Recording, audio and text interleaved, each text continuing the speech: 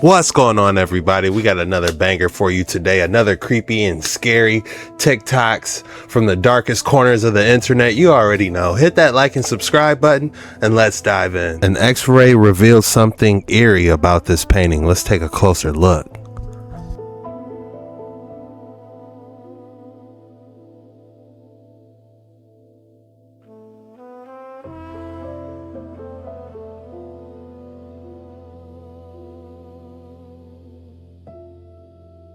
Who would have thought to hit a painting with an X-ray to begin with? And when we take a closer look at this, X-rays reveal 5 hidden skulls within the painting. Again, why would someone hit a painting with an X-ray? And then how did the 5 skulls get there in the first place? Drop it in the comments below. Alright, this person definitely spent their Sunday in a different way. So I guess allegedly this was an actual exorcism. Take a look at this.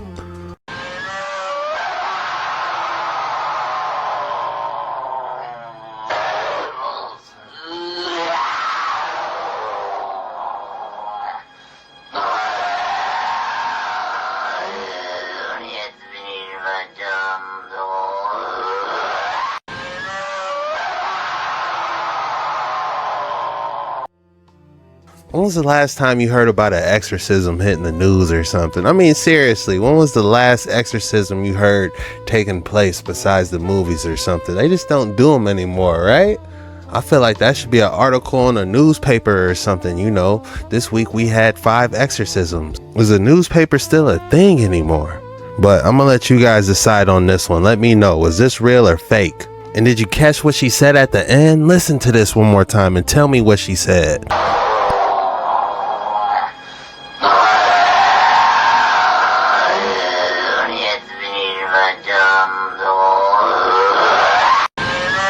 It sounded like it said, "Get me that damsel." Like a damsel in distress or something? I don't know. If you thought that last one was crazy, wait till you see this one, bucko. I'm gonna be honest with you guys. I don't know where or what museum they have this in, but I guess it's a yeti hand. Yeah, you know, like an actual Bigfoot, but in the snow. They got his hand right here on display. How'd they get his hand? Is this real? I don't know. But it's creepy nonetheless. Am I tripping, or does the middle finger kind of resemble a human? We have the Pangboche hand, a mummified artifact with bones 3 times the size of those in a human hand. A hand with a broken chain of custody that produced a contaminated DNA result, which tells us more about how the sample was handled than what it originally came from. We have Reinhold Messner, perhaps the greatest mountaineer in history, describing a 7-foot bipedal hairy creature that made sounds, whistled, and moved in ways inconsistent with known bear behavior. And then spending a decade trying to explain this thing that he saw, speculating that maybe it was just an unknown or little known bear species, before ultimately concluding that it was, quote, more than a bear. I love that hat, by the way. That's definitely giving Indiana Jones vibes. Yeah, I guess the Pangboche hand. Guys, drop it in the comments below. Alright guys, speaking about artifacts, check out this Egyptian artifacts, and I want you to try and guess what it is. Believe it or not, these are earrings. Ancient earrings. How crazy is that? I don't know if this is one or a pair or multiple, but that's what they're saying. You know, looking at these, they really don't resemble earrings. Like, it's hard for me to tell. Maybe it serves a different purpose, but that's what they're saying. They're earrings. Belong to King Seti. It was a display of divine power and status, I guess. Alright, we have some recovered footage. Somebody might have spotted some type of giant / Nephilim outside a food market parking lot. Check this out.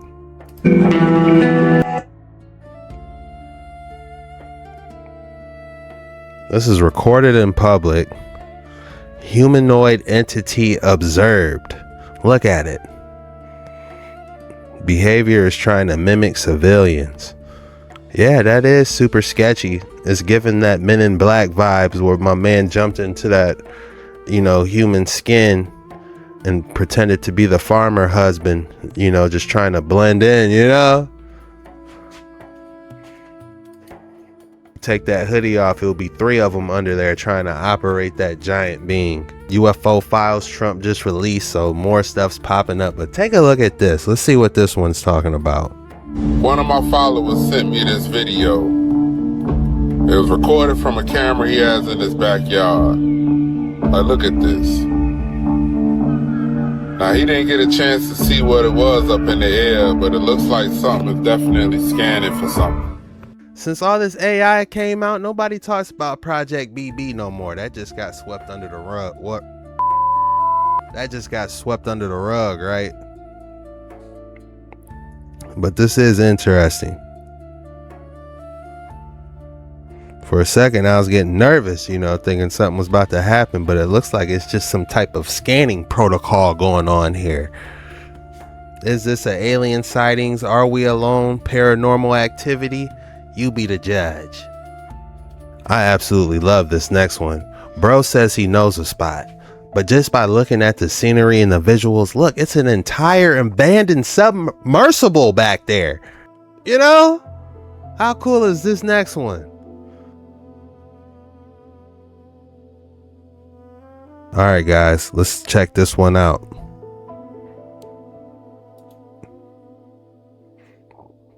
Wow, how cool is that? An abandoned submarine, and it looks like there's some type of Chinese or Japanese writing. There, you can see it now. Where is this? Abandoned Korean, Japanese, Chinese submersible. This isn't a submersible. This is a full-blown submarine. My bad. Gas mask inside, pressure valves. I owned one of these on GTA, and I thought I was the stuff. Y'all know that new GTA about to drop. I'm saying that like we got the time to actually get on that thing. You know what I'm saying? It was cool back in the day, but now it's like, where's the time?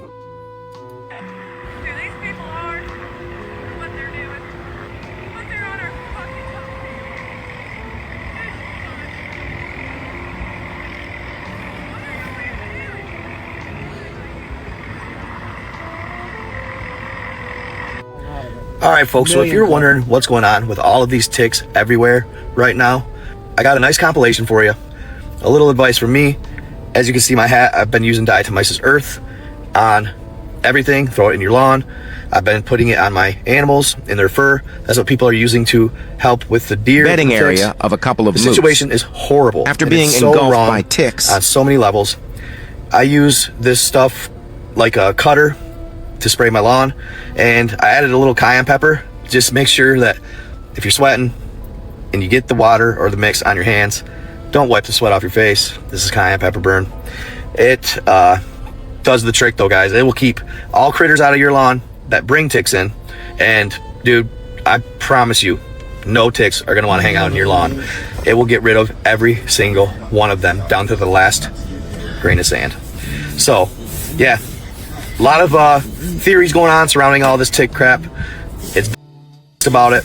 It's ruined mushroom hunting. It's ruined probably hunting this year. I don't think I'll go because you guys, literally, the Lone Star tick takes away or gives you an allergy to meat, red meat, for the rest of your life, essentially. Come up with. So not only are they doing that, I don't know about. Just when I thought the mosquitoes was a problem, these ticks, oh man, I'll be lying to you guys. I found 2 ticks this year. I seen 2. It's like growing up, I ain't never really seen ticks like that. But me just going out hiking in the woods, trying to get some fresh air, I see 2 ticks, you know what I'm saying? It's like, man. But yeah, a lot of people are talking about that diatomaceous earth. I want to hear your guys' thoughts in the comments below. What do you guys think about these ticks? Are you guys doing any special precautions, or is it just another year and it's all fear mongering? You know, things aren't really like how they used to be. You know, I see all these stink bugs everywhere. They saying ticks popping up now. It's hotter now than ever. I just pray that this year isn't as hot as last year. Speaking about bugs, we trying to get rid of them. These people are saying it's part of the menu. Okay, so that's the windshield of a car. It's a moth. Oh my gosh. Oh wow. You really got all them bugs on there.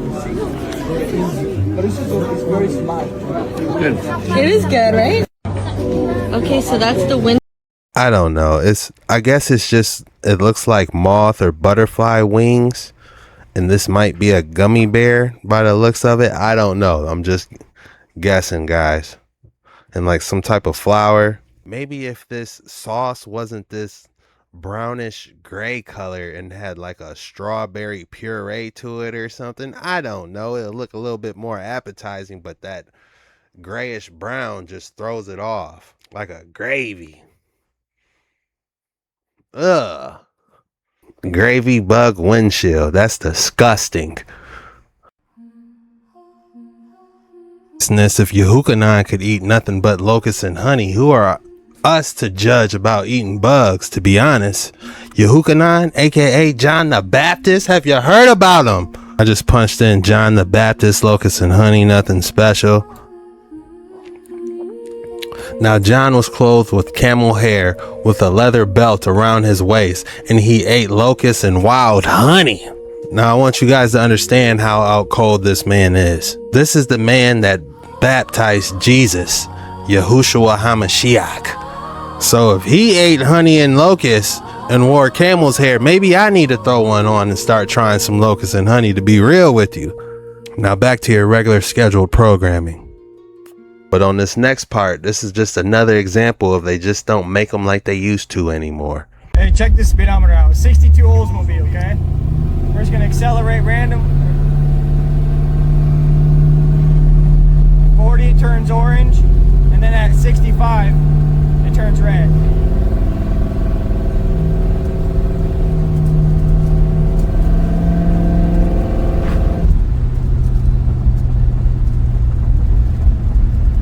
Hey, check this speedometer out. 62 Oldsmobile, okay?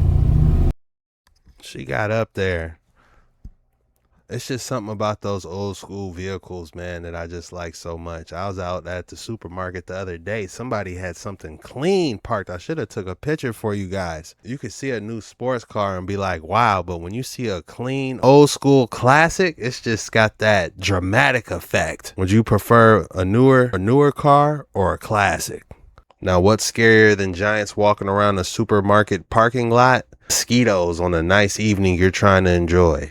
Take aluminum foil and make it into a bowl. Then take a little bit of coffee and add it into the bowl you just made. Then take a lighter and light the top of the coffee. Light it until it starts to smoke. Once it starts smoking, this will stay lit for hours and it will repel every mosquito around, keeping you from getting bit. Take aluminum foil. I don't know if this works. I haven't tried it myself. Might catch yourself in the evening, you know, got your little fire pit going, you know, but there's those mosquitoes, you know what I'm saying? This might work. Or throw some sage in the fire pit. Or some lemongrass. How did the settlers of Easter Island move the legendary moai statues? Their own legends claim they used magic, chanting to make the statues walk, which is low-key sounding like a better explanation than what modern science has. Estimated between 400 to 700 AD, the first settlers arrived on this tiny island called Rapa Nui, until a European Dutchman arrived on the island on his rickety-ass ship. This Dutchman landed on Rapa Nui in 1722 on the Flying Dutchman. Easter Day, and hence called it Easter Island. Real creative, guys. Rapa Nui sounds way better, I'ma just call it that. According to local legend, Rapa Nui was discovered on an expedition by a man named Hotimatua from a land called Hiva, thought to be Nuku Hiva in modern-day French Polynesia, which, by the way, is about 3,600 kilometers away, using nothing but wood canoes and knowledge of the stars, no instruments, traveling for weeks on end to find a tiny island with no known motivation for the journey. Moana taught us that, you know, how she had a map using the stars. What is the scientific name for navigating using the stars? Ah, that's called celestial navigation. It's essentially using the positions of stars, planets, and the moon to figure out where you are and where you're going. Sailors and explorers have used it for centuries. You'd identify constellations and measure their angles above the horizon to calculate your latitude and longitude.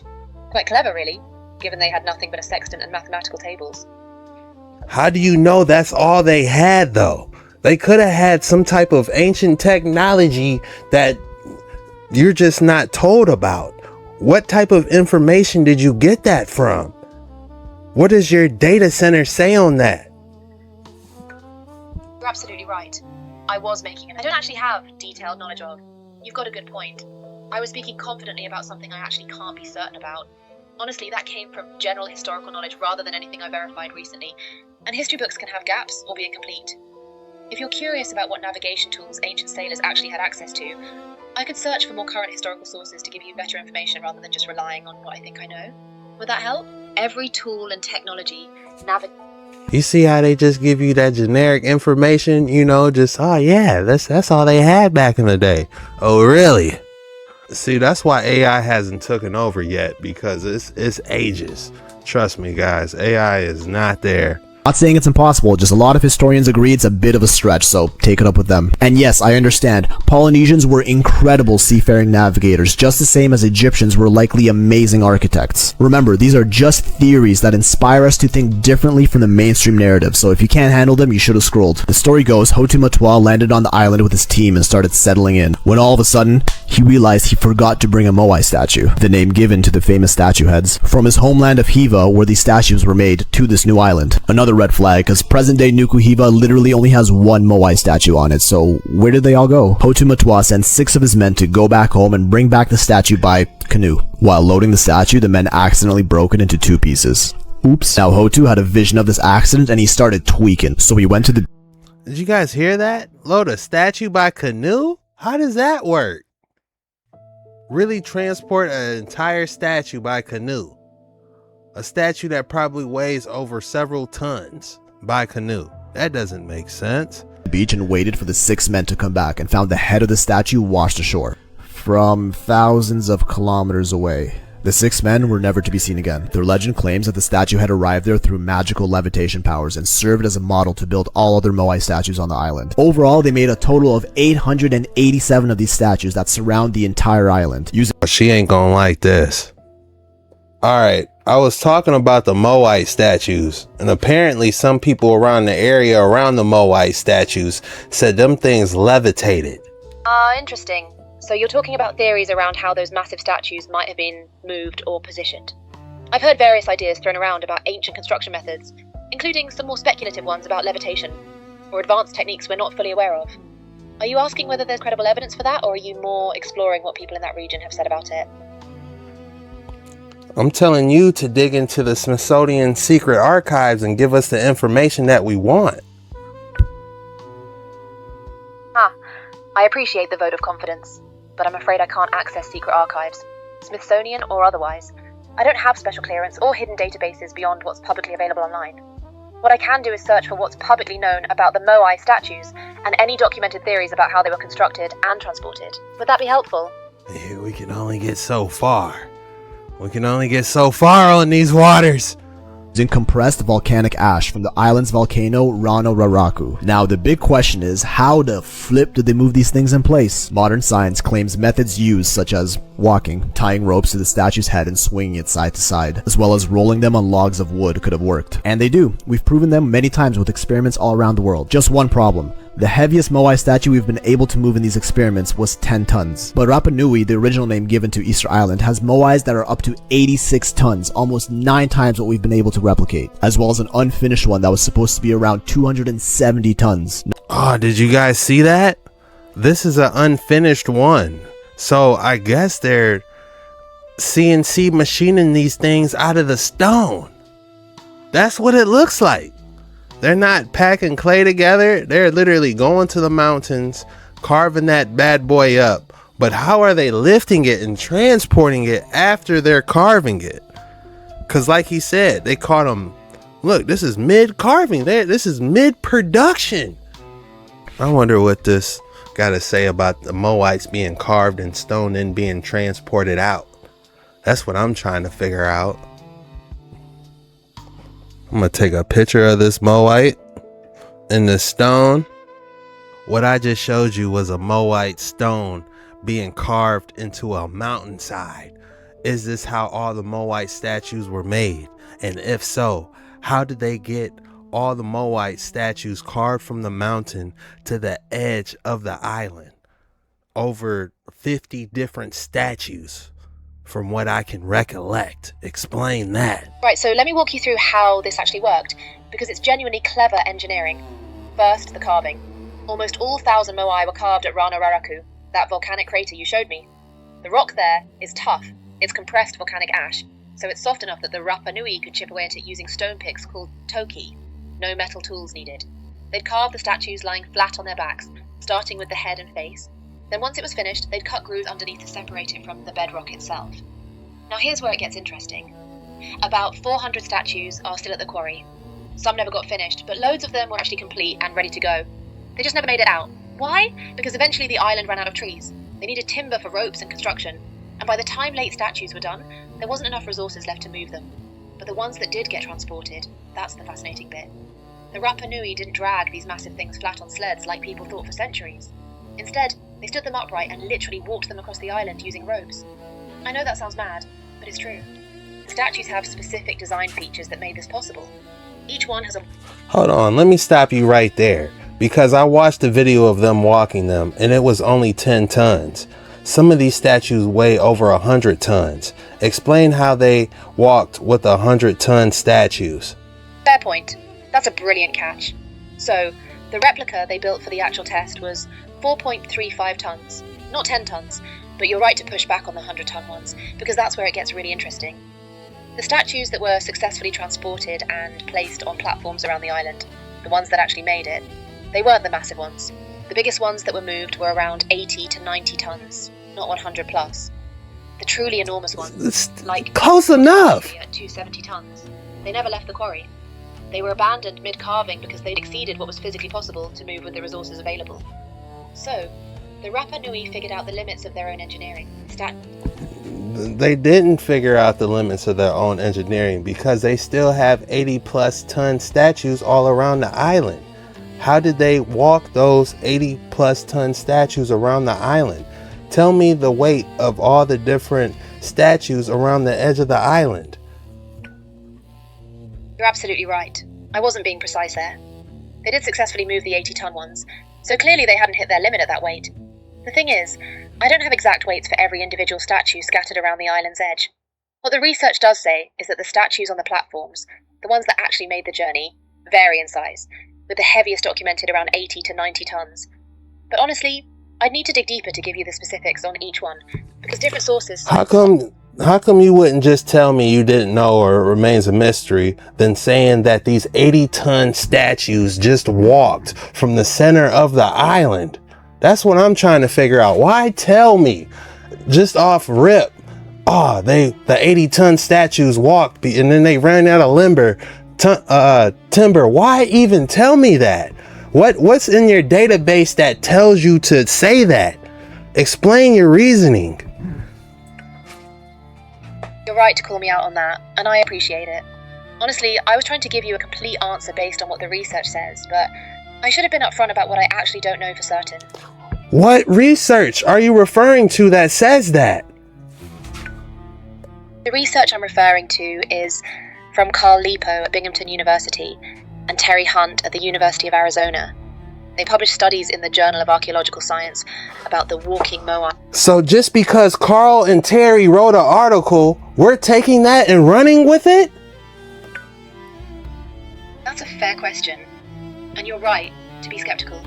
I shouldn't just accept something because two researchers published it without acknowledging the limits of that evidence. The truth is, moving 80-ton statues in a rocking motion, even with the physics and the one small-scale test they did, that's still a theory. They built a 4.35-ton replica and got it to work, but scaling that up to actual 80-ton stones across rough terrain over miles is a leap.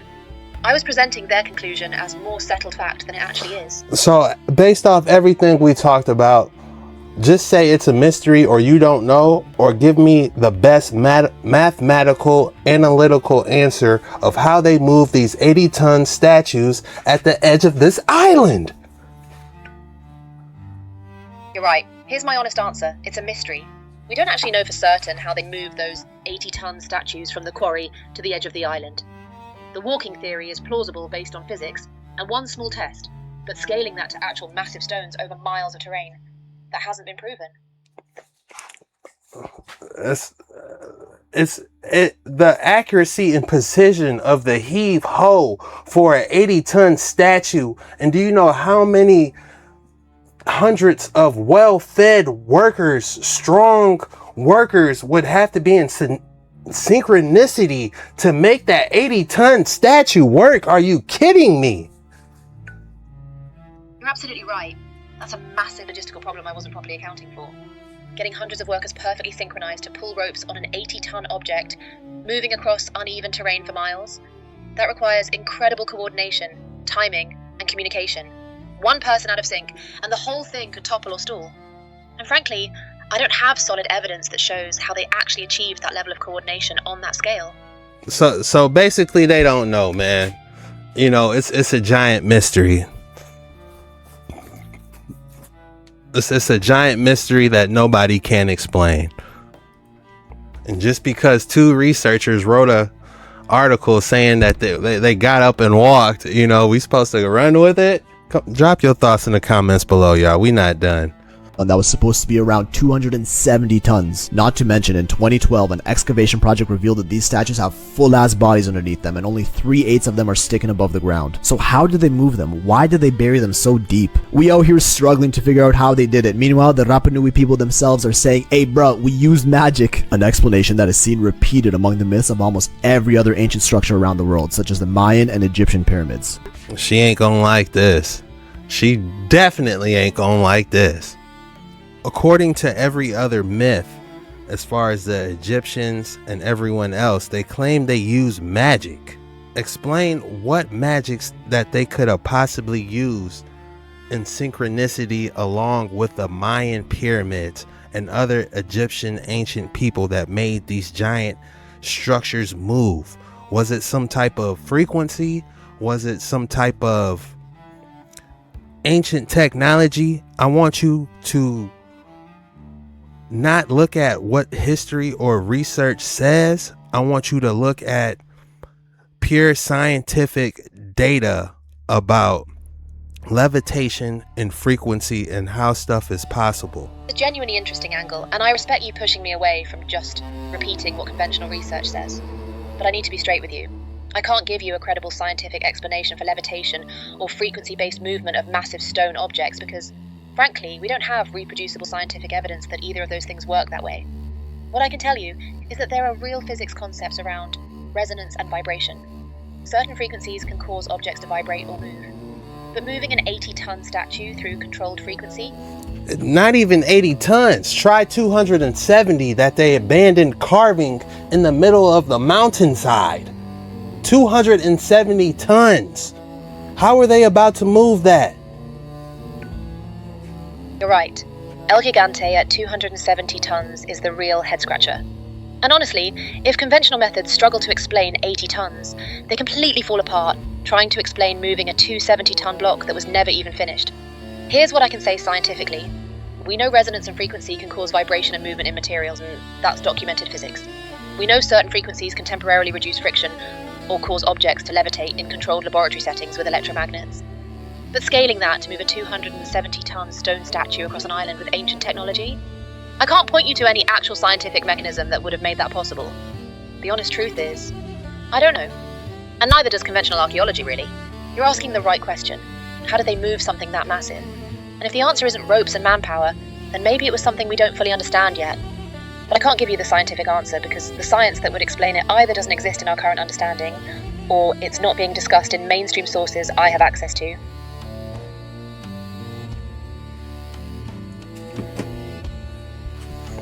Welcome to Dark Waters 9.